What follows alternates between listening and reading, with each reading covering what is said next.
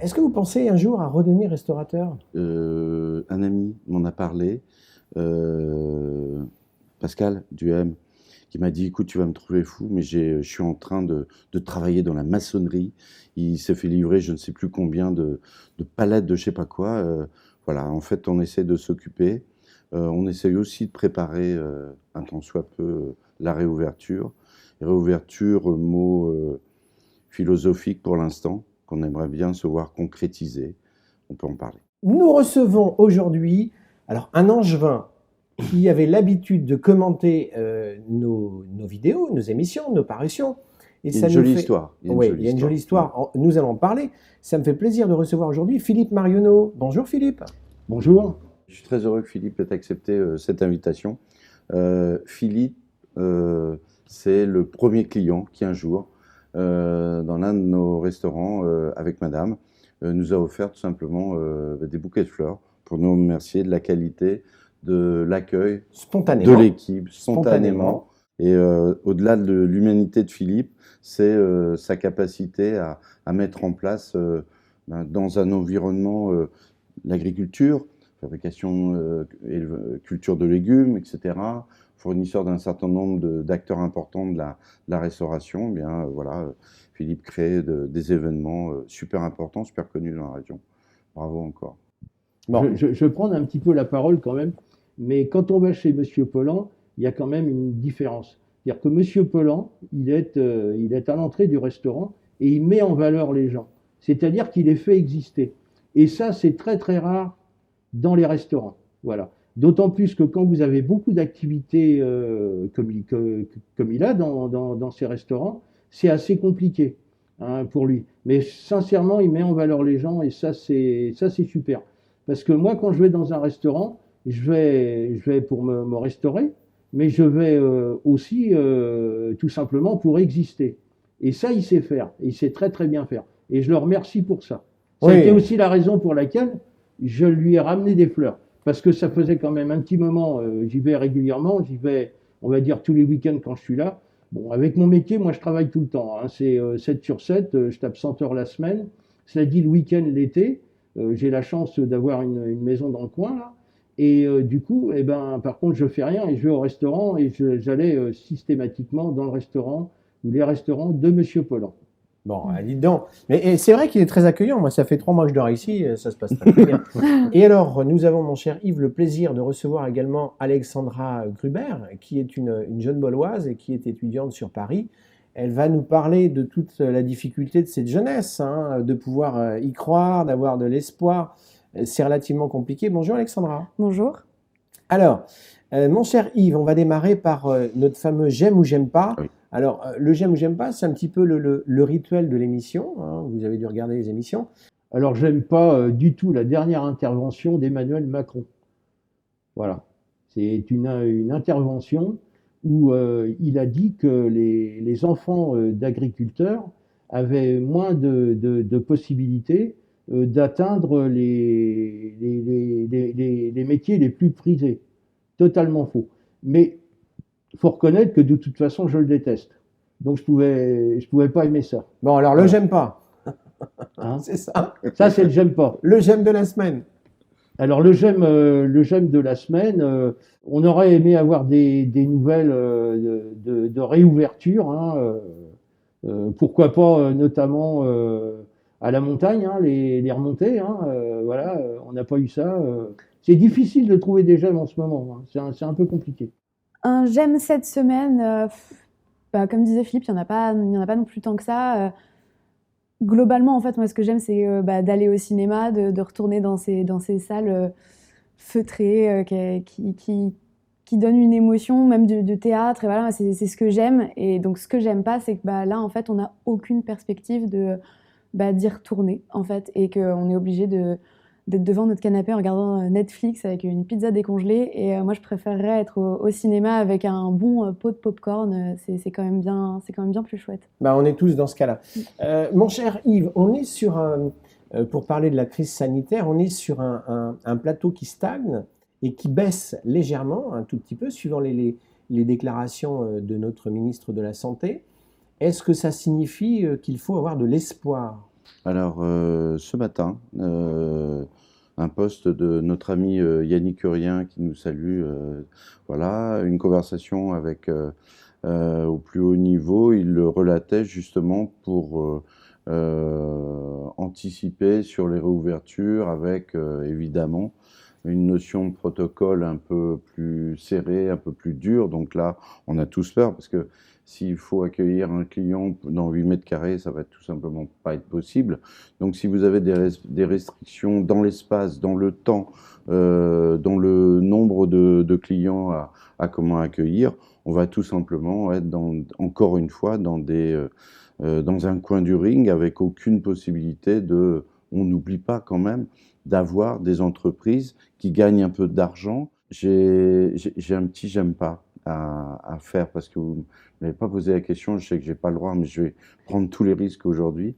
En préparation de la réunion, je suis très heureux d'accueillir Alexandra, une jeune actrice de talent. Voilà. Deux choses. Un j'aime pas, Alexandra m'a envoyé des photos pour que je vous les fasse passer. Et l'on voit des étudiants au cours Florent qui sont en train de jouer une scène. Ils sont tous masqués. Donc, comment vous pouvez jouer une scène avec une expression du bas du visage, etc. Enfin bon, ça doit être très très dur pour eux. On va aborder ces sujets-là. Ça m'a touché en fait de voir des jeunes acteurs en train de jouer une pièce. Ils étaient tous masqués. C'est très triste quelque part. Alors justement, une déclaration d'une sociologue. Alors là, je vais me yannickiriser, hein, je vais me murianiser. Si vous voulez, oui. Une déclaration, Yannick, bonjour. Une déclaration d'une sociologue qui s'appelle Cécile Van de Velde. Il ne faut pas sous-estimer la violence que représente l'annulation des rêves et de la projection de soi. Méfions-nous de cette colère à retardement. Qu'est-ce que ça signifie pour vous, ça ? Bah, c'est que là, en tant qu'étudiant, donc voilà, comme disait Yves, on joue masqué, on est en formation, donc en fait, c'est des contraintes qu'on a. On baisse la tête un peu comme beaucoup de gens pour le moment, en espérant qu'il y ait une réouverture, que les masques cessent et tout. Sauf qu'à un moment donné, quand tout ça sera, j'espère, fini, on va hurler parce qu'on a pris sur nous. Ça fait quasiment 1 an, là, ça va faire 1 an que y a eu le premier confinement, où on a déjà tout stagné, on a repris les cours en physique qu'en août, et on a commencé masqué. Et donc à un moment donné, je pense qu'on va hurler. Là, on a des projets, on commence à voir l'après Florent, donc, parce que je suis en 3e année, donc je vais terminer là en juin. Et on est en train de monter une pièce avec une compagnie qu'on a créée. Et c'est un hurlement. C'est un hurlement parce que là, voilà, on baisse la tête. C'est vraiment ça. Et à un moment donné, ça va crier. Alors, il faut savoir qu'il y a quasiment un étudiant sur 6, mon cher Yves, qui va définitivement arrêter ses études. Et ça remet en cause énormément de choses. C'est-à-dire que les étudiants, et vous le savez mieux que nous, de temps en temps, ils avaient un travail l'été pour aller bosser, pour payer les études. Souvent, on mettait les petits sous de côté, hein, les 1700, 1800 euros qu'on gagnait tout l'été, hein, sur 2 mois, on les mettait de côté, ça se passait bien. Et là, il y a plein de petits boulots intermédiaires qu'on ne peut plus faire du fait de la fermeture des restaurants, qui remet en cause la globalité des études et de l'avenir même. Ah bah, clairement, je suis pas forcément concernée, mais j'en ai entendu beaucoup parler par des amis qui font même d'autres études, qui sont pas forcément à Florent, et j'ai entendu beaucoup d'échos, même d'amis qui ont voulu arrêter parce que justement ils pouvaient plus travailler à côté. Ou là, même dans ma classe, il y a beaucoup d'absents parce qu'en fait ils sont obligés de travailler à côté, et donc ils partent 1 heure avant, ou ils arrivent 2 heures en retard. Désolé, j'étais au travail, ils prennent ce qu'ils peuvent comme boulot en fait. Les premiers trucs qui viennent, avant on pouvait peut-être avoir un peu le choix par rapport à nos horaires de cours, là maintenant c'est plus possible. Et donc ça engendre quelque chose sur la formation. Soit on doit arrêter, soit du coup les horaires sont contraints. Enfin, c'est vrai que c'est très très compliqué en ce moment en cours. Ouais. Alors, j'ai posé la question à ma fille, qui a 20 ans.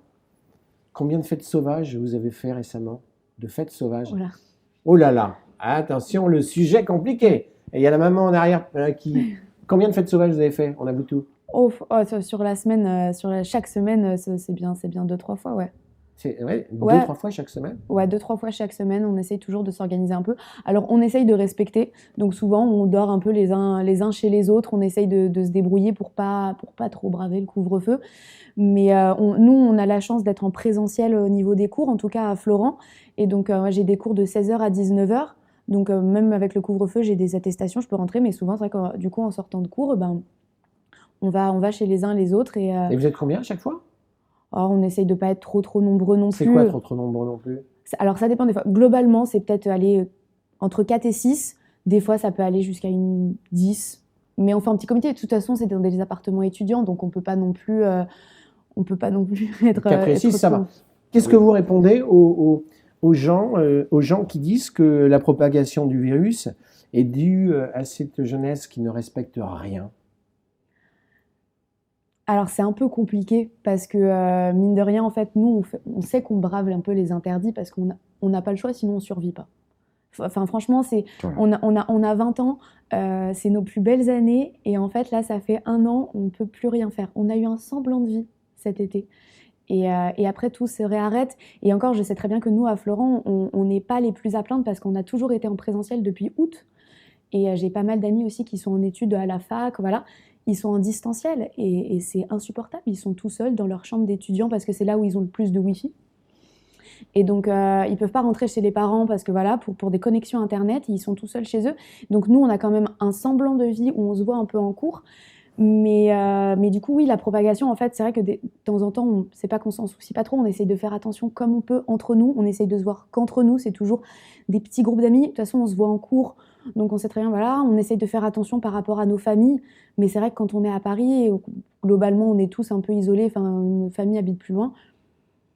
Propagation, ouais, bah, pour nous, c'est de la survie, c'est de la survie. C'est intéressant d'avoir son témoignage. On arrive quand même avec le Covid à embrasser les garçons? On leur pose quoi comme question?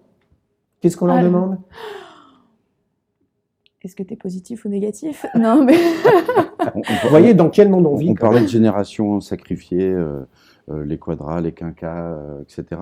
Quand j'entends Alexandra, jeunesse sacrifiée, on parlait de l'impact des psychologues où, d'après les recommandations OMS, etc., c'est un psychologue pour 1500 étudiants. La plupart des pays, c'est entre un psychologue pour 3000 à 5000 étudiants. En France, c'est 1 pour 30 000. Voilà, un petit peu en perspective. Quand vous avez un sixième des étudiants qui arrêtent leurs études, ça veut dire quoi? Ça veut dire peut-être on prend au cours Florent, on prend dans n'importe quel domaine d'études, il va y avoir peut-être des jeunes Français, des jeunes Françaises qui vont demain peut-être créer une entreprise, ça va être une top réussite. Et bien dans ces 1 sixième, il n'y aura pas ces personnes qui seront là pour prendre le relais. Et ça pour moi c'est terrible comme d'entendre ça, de ressentir la chose. Et bravo de tenter de vivre un peu parce que vous en avez besoin. Et puis quelque part, comme l'a dit justement Alexandra, sinon on ne vit plus, quoi.